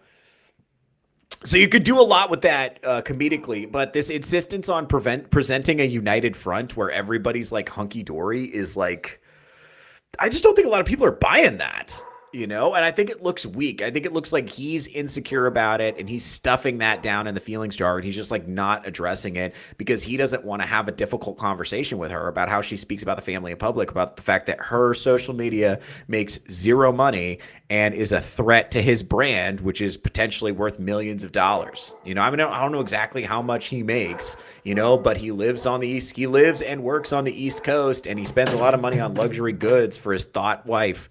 So he's certainly spending a lot of money. I can assume he makes a lot of money. But yeah, dude, like, so let's see. Creatively, that's how I would have gone after it. But I mean, it's easy for me to say because it's not my wife who's embarrassing me in public. I don't fucking know what I would have done. You know, especially if that's it's supposed to be like a source of like strength and security, you know, for you. And comedians are like fickle and insecure anyway. So I can't even imagine how this is impacting him. This only made him, let's see. I truly believe the majority of fans there had no idea any of this was going on. This only made him spending like a third of his set on it even more awkward. He then proceeded to jokingly call his wife a whore every time he brought her up. Oof, which was not helping. I think it ruined his whole set, and the mood never recovered, which I think is why he ended early. I honestly don't give a fuck about he or his wife's sex life, but if the orgy stuff is really just jokes, then clearly he's not cool with it and hides it, and or she's just not very funny, and no one close to her has told her yet. Curious to hear if anyone else went to a later sets or had a better experience. He's in SF till Monday. Yeah, so I'm guessing if this guy went to a 7 o'clock show, there's probably another show at 9 o'clock. So maybe, but yeah, this is, let's see. Does anybody else? There's more. That sounds rough, honestly. That sounds like he's having a rough time and he's coping with it publicly. And then, we got comments on this. We got comments on this Reddit post. Now remember, this is Reddit. So who knows? These people could be all just like porn degenerates. I'm just saying Akaash knew all these things we were finding out before we found them out. Why would he now divorce her for something he already knew? It makes no sense for him to just up and divorce her just because we found out and he been knowing. He is a weasel for standing for this BS. But also he has no spine if he decides to divorce her, because what merit is the divorce going to be based on? Because he was fine with things before we found things out. It's damned if I do, damned if I don't situation for him. It's a lose-lose outcome either way. Yes, he's in an unwinnable situation. I agree with this commenter to a degree. He's in an unwinnable situation.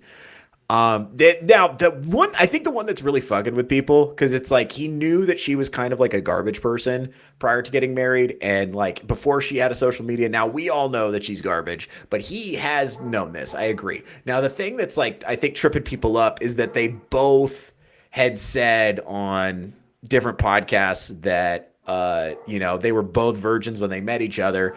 And then if you actually listen to her podcast, where she's not necessarily concerned with keeping the story straight, she's got stories about her butthole being probed and like popping her pussy in white boy frat houses and so on and so on. The kind of things that, if we're being very, very, very, very, very, very charitable,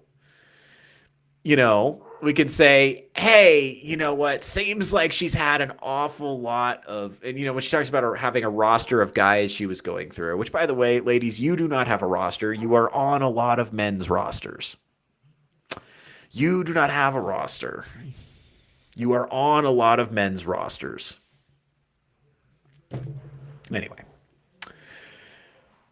Anyway, that's not the point. Don't be a whore, basically. But like, if we're being very, very, very charitable, it certainly sounds like she's having an awful lot of non-sexual horny contact with men, which is somehow both. And so somehow we're supposed to buy this like virgin, like Akaash being a virgin. I totally buy that. Her being that's just hard to accept based on what else we know. So I think that is the part that's tripping people up, and that is the part where I'm hearing people say, if she lied about that, divorce her. I get it. It also may be that like this controversy going public is what it takes to open his eyes to how badly he's being treated. He may just like not be aware of it because he's too close to it. And that happens. There's a couple of different types of ways to misunderstand something. You can misunderstand something because you're too far away from it. You don't have perspective, and you can misunderstand it by being too close to it. And because you're so personally invested, you actually can't see a way. Yeah, so homie's clearly going through it. And again, this is not me I don't want to make fun of the man, for it. It's rough. He's in a rough situation. We're examining this so that we can learn, and so we can not make the same mistakes.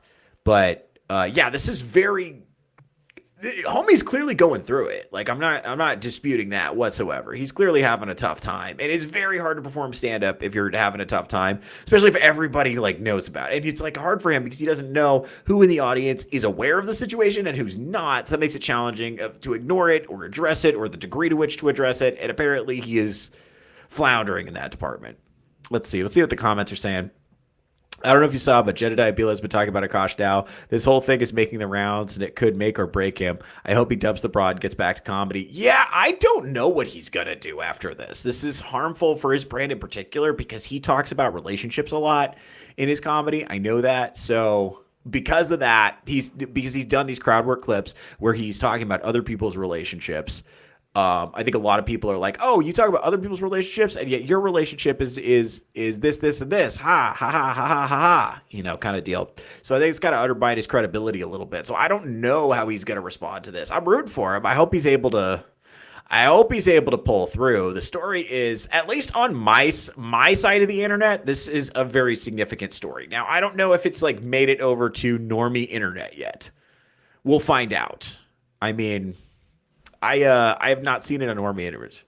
It seems like she's actively invested in destroying everything they have. Yeah, that's what's weird. What I don't understand is, like, in the name of look, and I understand it's great. It's the ultimate sign of a wealthy man to have a wife who has a business that just like loses money, or a social media presence that just like doesn't do anything. Like, she has a nothing career as an influencer that doesn't do anything, right? But that's a complete luxury that she's allowed to do. She's able to do because he created that opportunity for her. And that's awesome. Good for her, whatever. And I think that's awesome. Like, if you can, if you're wealthy enough that you can pay your wife to have a nothing career where she just like makes muffins on Etsy or whatever, and then it runs it it loses like $10,000 a month, but she's happy because she gets to make muffins. That's great. And that's kind of what she's doing. But like, for some reason, like, I don't know if she just like does not understand something about the fact that like the things she's saying on her podcast and on her social media are harming the brand, and they're going to make it like harder for him to make money, and the money he makes with his brand is what funds her lifestyle. Like, I don't know, something about that she's like not picking up, and that like by her saying and doing the things she's saying and doing, she's harming his brand, making it harder to make money. And if she keeps doing that, this gravy train is going to be over. Like, I don't know what about that she does not get. And I know it's got to be hard for the one person I feel for in the situation is Andrew Schultz, because I know he and Akaash go way back, and he's been wanting, you just tell he's been wanting to say something. And he's probably held it because we've been in the situation. Like, I've had homies where it's just like, bro, your girl is just tearing you down every single second of the day. And I want to say something, but I respect you and I respect your relationship, and I'm not about to shit talk somebody else's girl. I'm not going to do that, And I've also been that guy. I mean, chat, I see you guys. We've all been that guy at one point or another, And it's like, when you're in that situation, if one of your friends tries to tell you that's the situation you're in, you're probably just like not trying to hear them. Just is what it is, man. You're not going to hear them. So it's really tough, man. And now we're seeing it all blow up. We got to feel bad. We got to feel bad for Akaash a little bit. I'm rooting for him. Like I said, I hope he's able to recover. It'll be interesting to see how that plays out. Rooting for him. Let's see. This is another one. In response to this guy saying that he's known about this problem for a long time, so he shouldn't divorce him, so he's in a kind of like unwinnable situation. This guy says, exactly.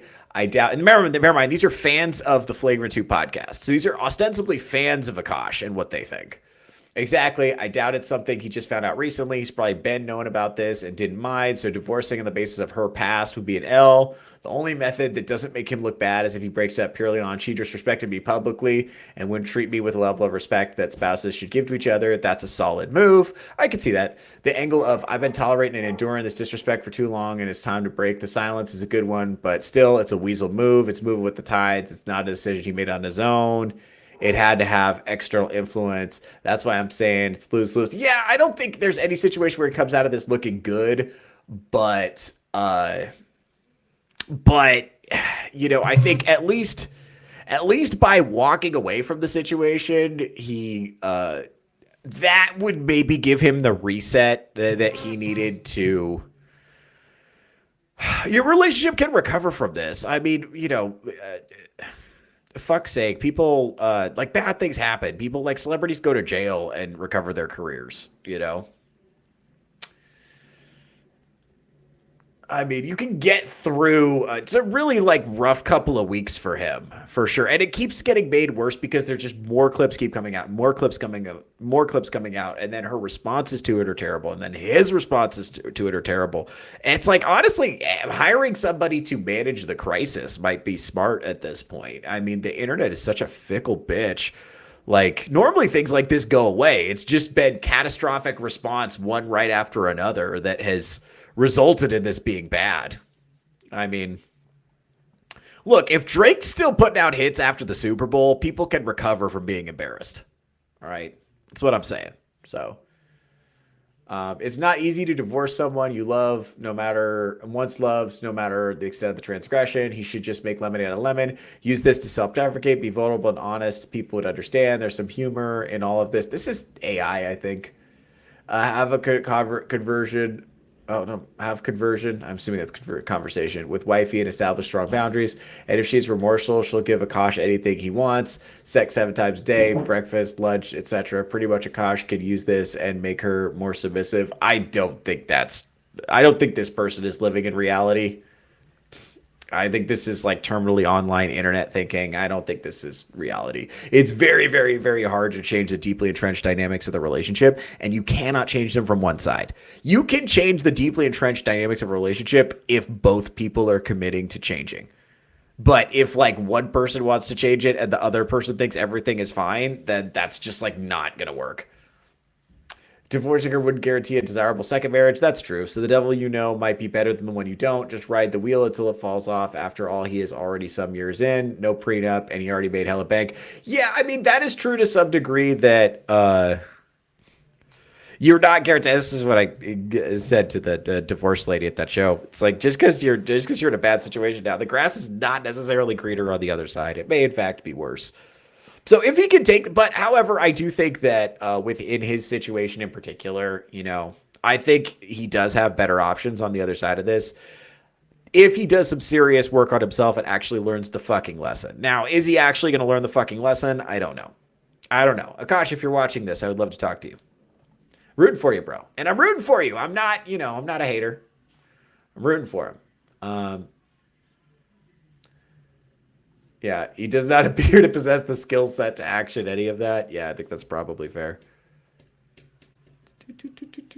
Let's see what else we got. Let's see. Oh, there's... Okay, what is this? This is another podcast clip. More ads. Terrible, folks. Terrible. Got to get YouTube Premium. Got to get YouTube Premium.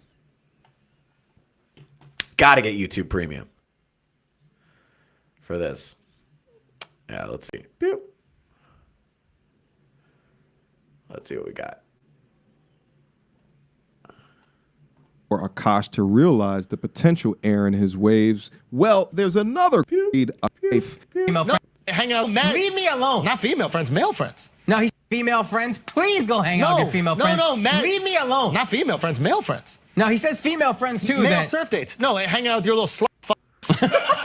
She's hanging out. Listen. You don't want your girl hanging out with slut buckets. Never. You don't want that. Let's say your that's wife good. Chickens of a feather be clucking together, right? So if that's the situation, if your girl's hanging out with whores, that's a bad sign. Don't do that. Go ahead. Bucket friends. Do you want her fraternizing with those disgusting... You see, this is why I'm saying Andrew Schultz is Akaash's real friend. This is what I'm saying. Like, I feel for Schultzy in this situation because I have been this guy trying to talk sense into this guy. I have been this guy trying to talk sense into this guy. I remember what that's like. I feel for him. It's a good question. Do you want such a thing? I don't give a fuck. Do you want such a thing? Get out the house. You crazy. That's why I know it's hot for Now you bugging. Now I know it's hot. This must have been Andrew's red pill era. Bugging, bro. You bugging right now. You bugging. Yeah, to dude. say that you don't care is absolute around you. Then you closest and after. Or she's straight after young closest private. Hey, look at your dog. He's a dog, yo. How many times a happy barking a big dog and kill him? All the time. That's me. That's my son. Look who's okay with PDA now. Look who's okay with kissing now that it's a dog.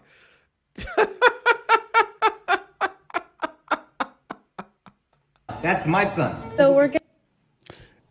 Is kissing dogs PDA? Lord. That Is Now we're what doing a apparently reaction to is a love reaction to a language of reaction, your- by the way. This is YouTubeception. This is the creator economy at work, gentlemen. First it started on a big channel and then it moved to a smaller channel until it arrived here at me. Go ahead. Husband, right? To not compromise. Truly want. Anyway, that's enough of that. And now, and look, this is so ridiculous. Other women are criticizing her. That's how bad this is. Oh, man, this is horrible. Let's see what the chat's doing. Those aren't my moves. I'm more of a Cupid shuffle, a little bit of sea walk, blended in kind of guy. I respect it, Weasel. I respect it. Geez, we still talking about this slut? Oh, what's up, Theo? What's up, Nate? Full Metal Nate, friend of the channel. Full Metal Nate does D&D over on his channel. Make sure to go ahead and follow him so you can see next time he's live for Curse of Strahd. I played that game. It's a lot of fun. So if you enjoy D&D, make sure to go and check out Full Metal Nate's content. Yeah, dude. Jesus, this is horrible. This is fucking bleak, man. It's not a lot of fun. It sucks. I wish we didn't have to talk about this, but it is what it is. And the fact is that every time I talk about this, it gets a ton of views. I like that. And I'm trying to attract a certain audience that's like very interested in this story right now. So, yeah, dude, I feel I feel bad for him, but it's a little bit like this is what happens when you're like bad at making choices. You know, this is what happens when you choose someone just based on how hot they are and not based on what they actually think about stuff and how they actually treat you. It is way better to have like a 6 out of 10 who treats you well than it is to have like a 10 out of 10 who's with you for your money. Also, money can go away, especially if you spend it frivolously. And then you let your wife start a podcast, and then she tells everybody how fucking garbage you are and how your balls smell bad and all this and that. Just basically just like their whole social media. And now people are mining her social media, mining their podcast, mining absolutely everything they do, going through it with a fine-tooth comb, looking for more content to squeeze out of this story. And downstream of this is it's clearly having a disastrous impact on Akaash's mental health. It's harming his brand as a comedian. It's harming his brand as a podcaster. It's harming his social media presence. If you type in Akaash Singh now, it used to be a bunch of his stand-up comedy would come up. Now it's a bunch of people reacting to shit his wife said. Bro, your wife is supposed to be an asset. She's supposed to help you. She's supposed to make everything you do a little bit better, right? Because she's like lending her talent. Because it's one mission. The family's on a unified mission. It's like we're gonna do what's best, what's in our best interest. So we're gonna work together and move forward. And Akaash is clearly like, he's a man on a mission, and he's done very fucking well for himself. He's in the top like 1% of 1% of most successful comedians. Most people who try stand-up comedy never make any money at it. Some people are lucky like me, and maybe 5% of people who ever try comedy, maybe as high as 5%, even like make money ever. And then some people, that a smaller percentage of those people get to go on the road and do comedy and get to record some comedy and put it on the internet and find some people who like it.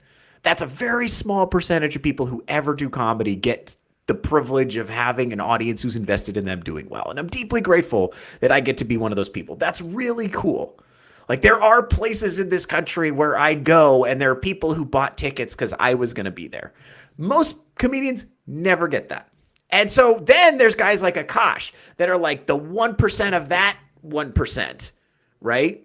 Who go on to have 1 million followers on Instagram, and they've got specials that they release independently that have millions of views, and they've got people, obviously I think most of his shows that I see, the audience is like 100% Indian people, so I assume like among Indian people, he's like probably like 10 times more famous than he is among like regular whites, So he's got a really cool life where he makes a lot of money. He gets treated like a celebrity. He gets to travel. He gets to, all this stuff, right? Like because of his comedy. That's like a tremendously successful person. And somehow his wife is not impressed with him. At least not impressed with him enough that she can shut the fuck up on the internet and just not actively damage the brand. It's fine. Like, if you just, if you just don't think he's that interesting or don't think he's that cool or whatever, that's fine. If you don't like your husband, that's fine. Why do you need to announce it on the internet in front of Jesus and everybody? You realize his public brand pays for your lifestyle, right? You know that? Like, him having a good brand She's like doing the opposite of a. This is what can happen if you choose your wife poorly. If you choose your wife well, she can enhance your life tremendously. And if you choose to live with a quarrelsome woman, then as the Bible tells us, it's better to just live in the fucking desert. This is horrible. Pour one out for the homie. And look, this is a very like pro-marriage show. So my platform's explicitly pro-marriage. Like, I'm in favor of people getting married. I think, people should do that. But you got to pick somebody who's actually like rooting for you and wants you to be successful and is going to dedicate her time, energy, effort, focus, and attention to doing her best to make sure that that happens. That's the thing, is everybody needs to be on the same team. Everybody needs to be moving in the same direction, and everybody needs to be dedicating their efforts to stuff that's in alignment with the mission. That's what I think is the best scenario. The fact is, like, I don't buy this like power couple thing where everybody's pursuing their own individual goals. I don't buy that. I think everybody's got to be on the same page and everybody's got to be moving towards a unified mission. And if there are individual goals along the way, that's fine. But it's not two individual people anymore. It's like one unified unit that's working together. That's how it has to be. I mean, that's not what we're...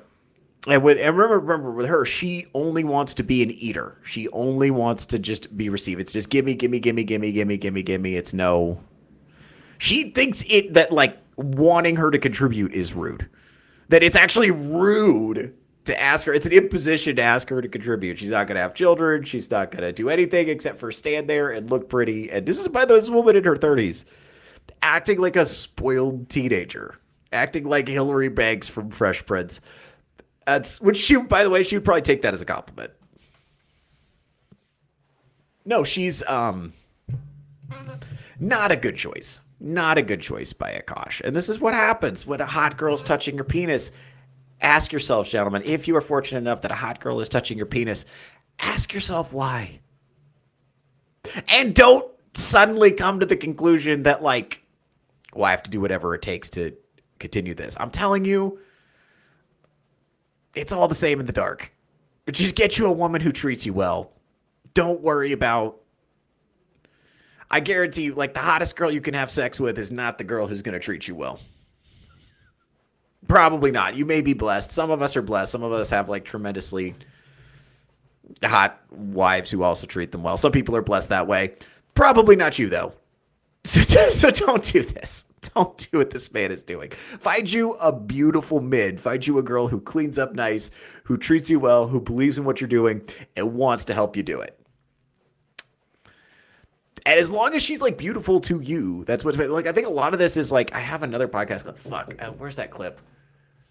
Fuck. I don't have it ready. I don't know if I have it ready for the show. I actually don't have this for this show. Damn it. Okay, that's fine. We can get into this later. Oh, fuck. I have so many more clips I wanted to get to. We're already at the 2-hour mark. That's okay. I have stuff for Friday's show. It's fine. I'll just save it for Friday's show. But this is not Akaash Singh stuff. It's all unrelated. I didn't know we were going to do 2 hours on Akaash Singh. I thought I was going to get like 1 hour out of that. And then now we're already show's almost over. So it's fine. Yeah, but like, don't, it's way. I think there's a podcast clip kind of going around of just the guys who are hosting Akaash Singh as a guest, and they're talking about how hot his wife is and how she's like so stupendously hot, whatever, your wife's so hot, blah, blah, blah, blah, blah. And a lot of guys, they derive a tremendous sense of like personal satisfaction and personal identity around, yeah, my wife is hot, and that's like a status symbol for me. Just kind of like, I drive a Ferrari, or I've got a sick motorcycle, or I've got, a dope house with a pool or whatever. It's like the hot wife becomes a status symbol, and they get a certain sense of like validation from other men being like, bro, your wife's so hot. Oh my God, mom. It's like, yep.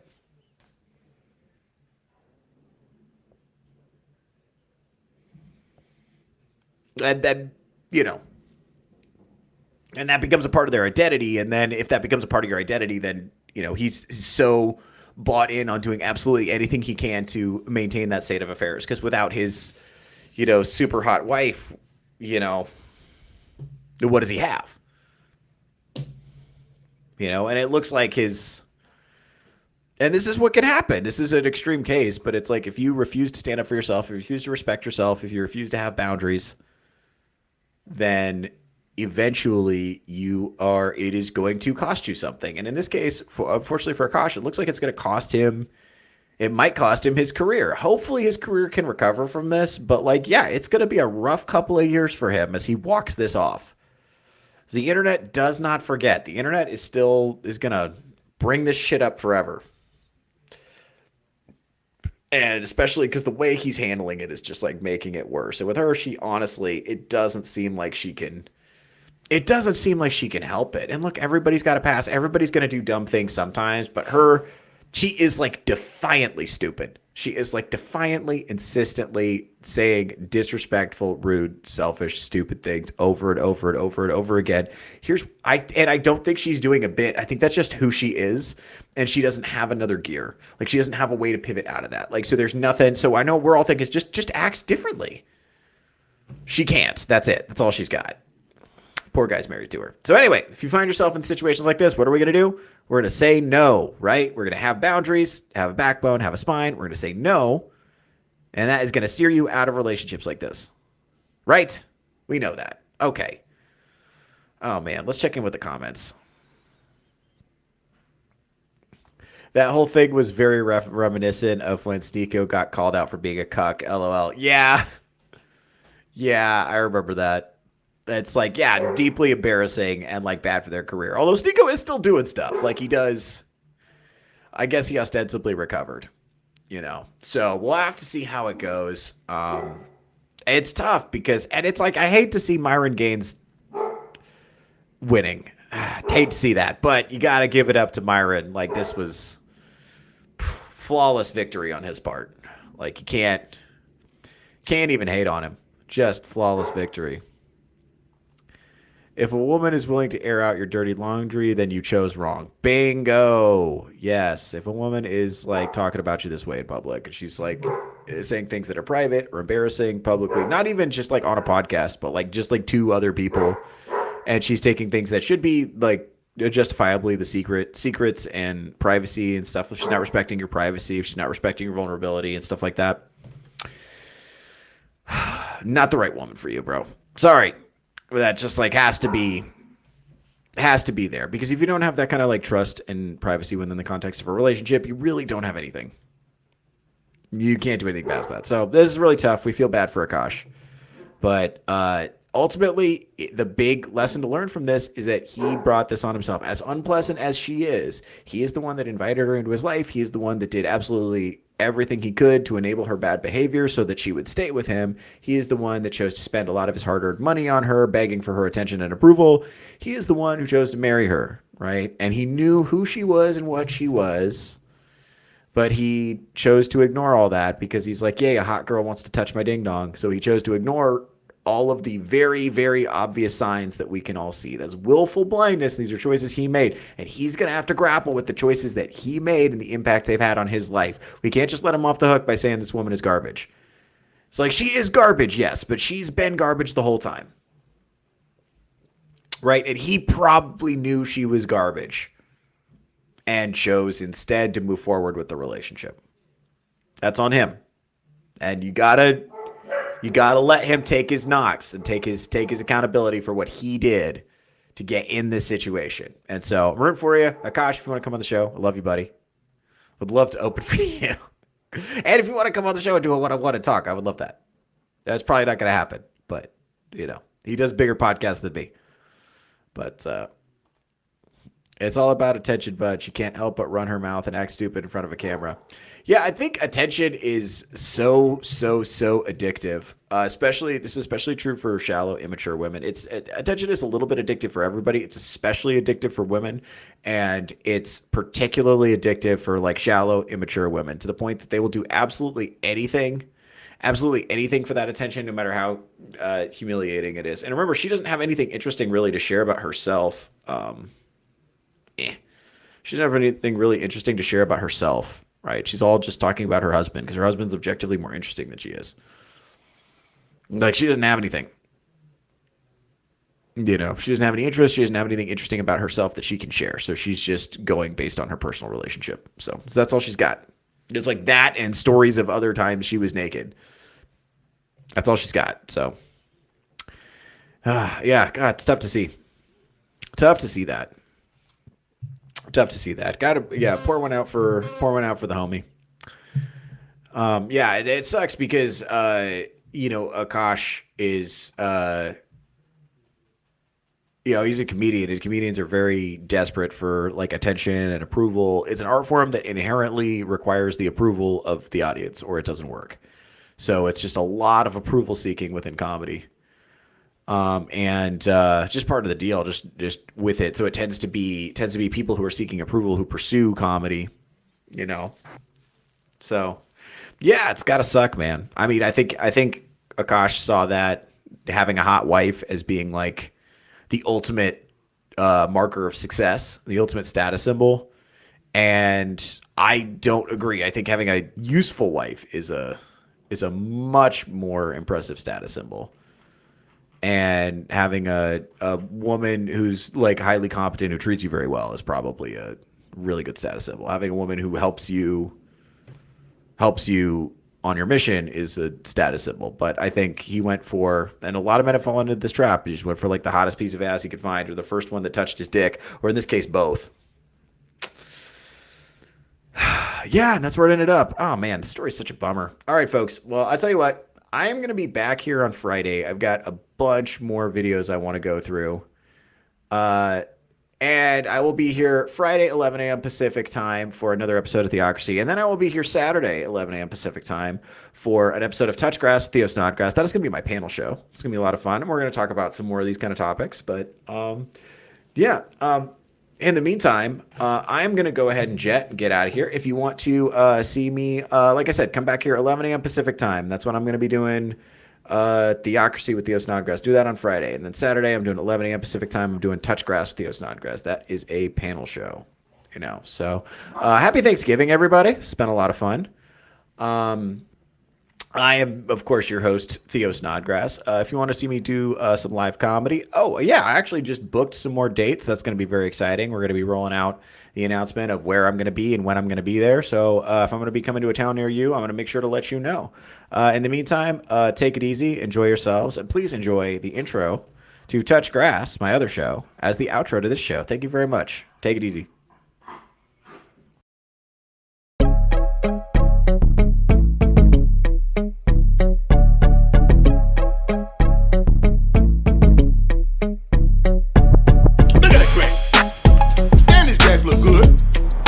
Grass look good. Well, look at my grass. No.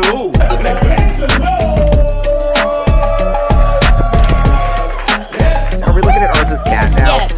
Sorry, I didn't hear a damn thing you said. All right. And because I was a gazillionaire and I like doing it so much, I cut that grass for free. The species is dying. The birth rate is plummeting. Women are chopped. But yeah, you know what? Get a fucking cat. I know even more about grass.